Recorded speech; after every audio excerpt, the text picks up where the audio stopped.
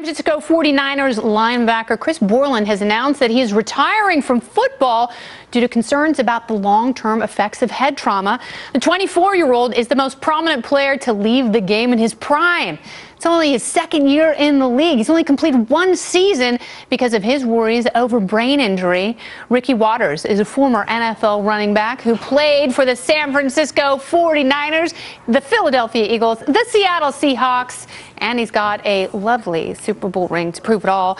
And Dr. Sreedhar Potarazu, he's a neuro-ophthalmologist. Gentlemen, welcome. Thank you. It's great to have you both here. Thank you. Ricky, so let's talk about this a little bit because Chris Borland is leaving after only one season. When do you decide to leave the game? When would you tell someone to leave professional football?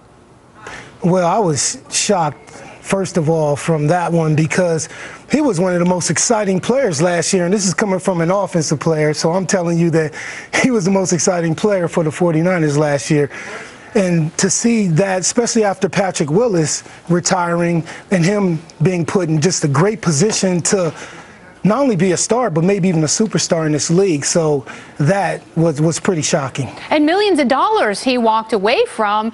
He's had maybe one or two concussions in his short-lived pro career, but he did the cost-benefit analysis, and he decided that the risk is just too great. So, Doctor, I want to ask you, because I know the testing has gotten far more specific. They have tested the brains of former NFL players and people who have suffered from traumatic brain injury. How prevalent is the brain damage in professional athletes like this? Very prevalent. I mean, in some of the data that you're referring to, it's more than 80% of those people that have played professionally or semi-professionally where they look after the fact.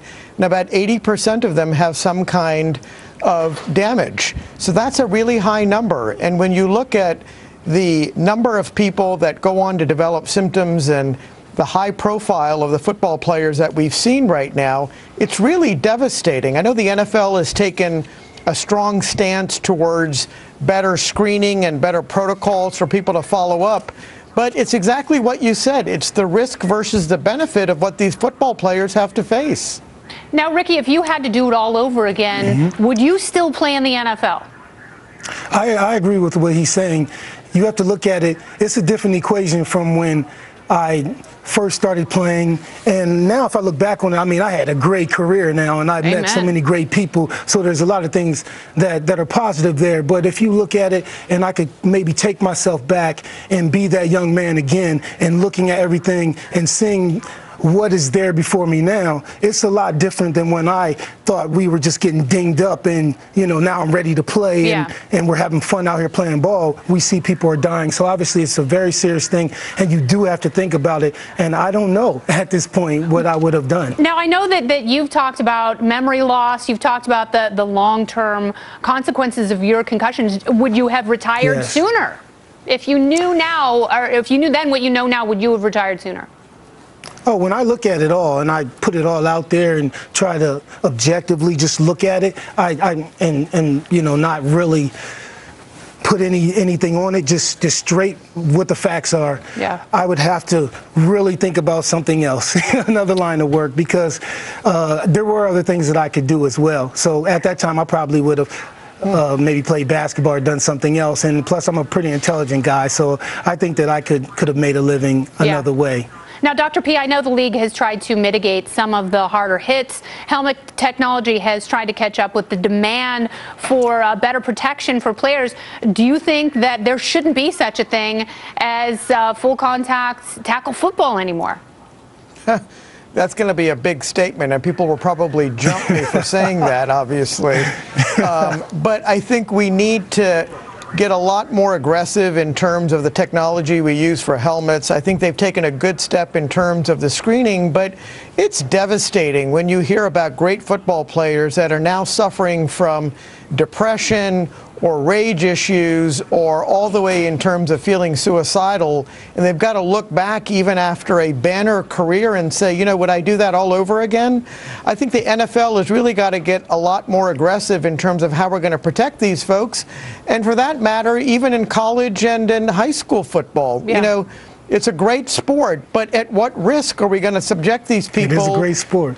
It is a great sport. I mean, Ricky, you make a good point. That's the thing. And at some point, don't the players bear some of the responsibility? Because, you know, kids who are getting into the sport now, they know the dangers, but there are also dangers in auto racing and downhill skiing and soccer. And boxing. Yeah, and boxing especially. Yeah, you're taking headshots pretty much every day. So what do you think about it? That's right. Mm-hmm. Ricky? Yeah, and like I said, when I look at it, first of all, I love the game. So I love the game of football. It's one of the greatest games. I think that's why everybody loves to watch it, and I love to play it.